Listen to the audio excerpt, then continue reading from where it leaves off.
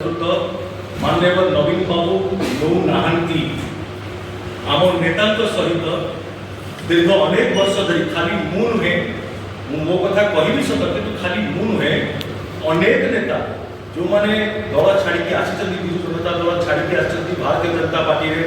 सामिल होती अनेक नेता एमती भी अच्छा जो मैंने आज भी विजु जनता दल अच्छा किंतु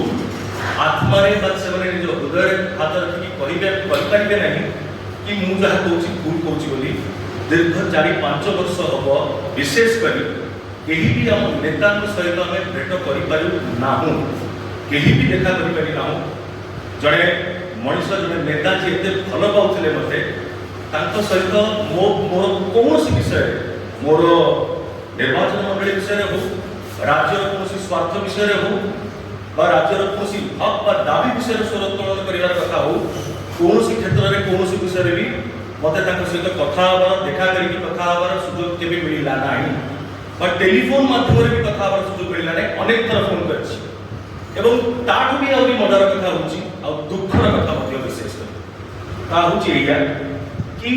जे निजक आत्मघोषित जे उत्तराधिकारी कहते भावुं सहित भी कथा भारी कष्ट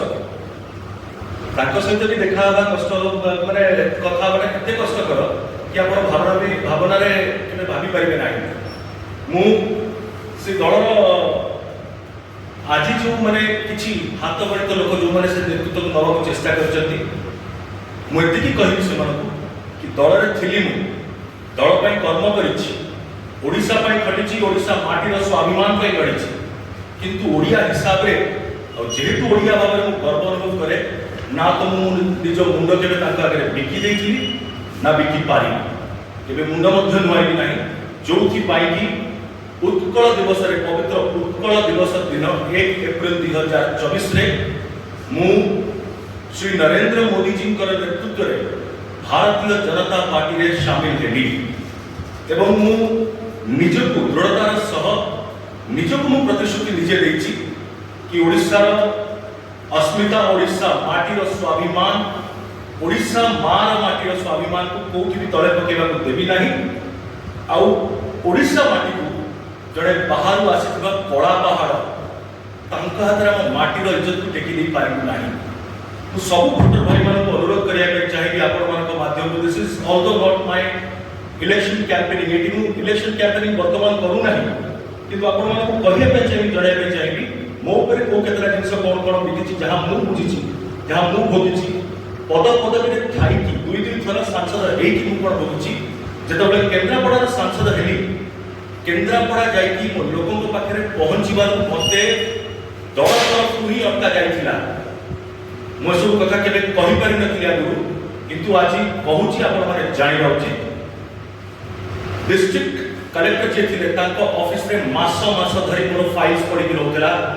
बहुत फोन करबा सत्ते बहुत मैसेज करबा परे भी मोर फाइल्स मूव करउतला भारी कष्ट होतला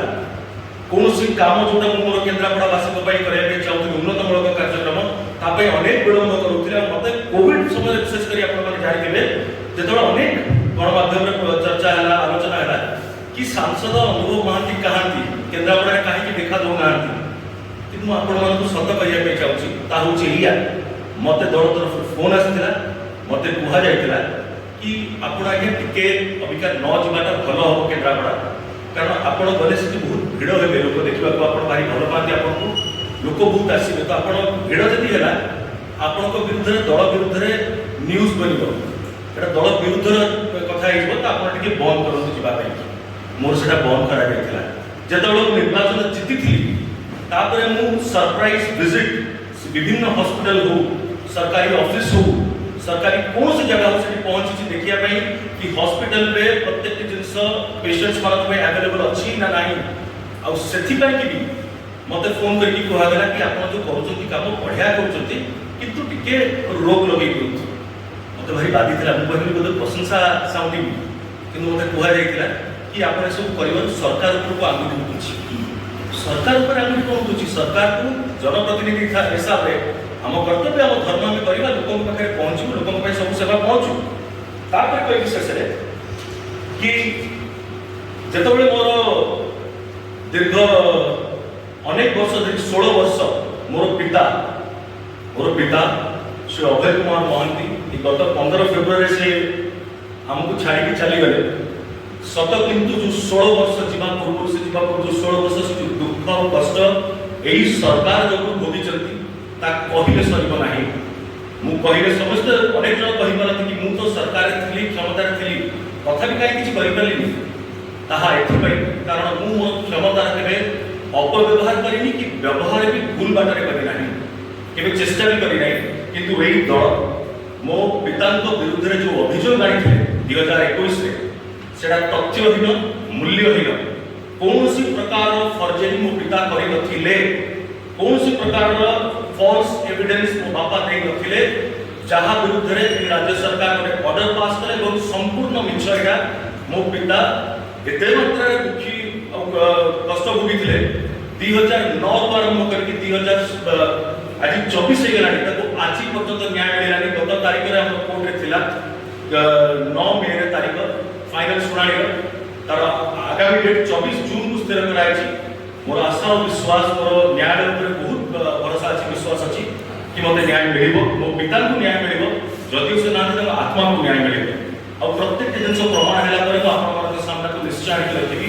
କି ଏ ସରକାର କୋଉଭଳି ଭାବରେ ଯେଉଁମାନେ ବୟୋଜ୍ୟେଷ୍ଠ ବ୍ୟକ୍ତିଙ୍କୁ ସମ୍ମାନ କରୁଛନ୍ତି ବୋଲି କହୁଛନ୍ତି, ସେମାନଙ୍କ ପାଇଁ କି ତୀର୍ଥ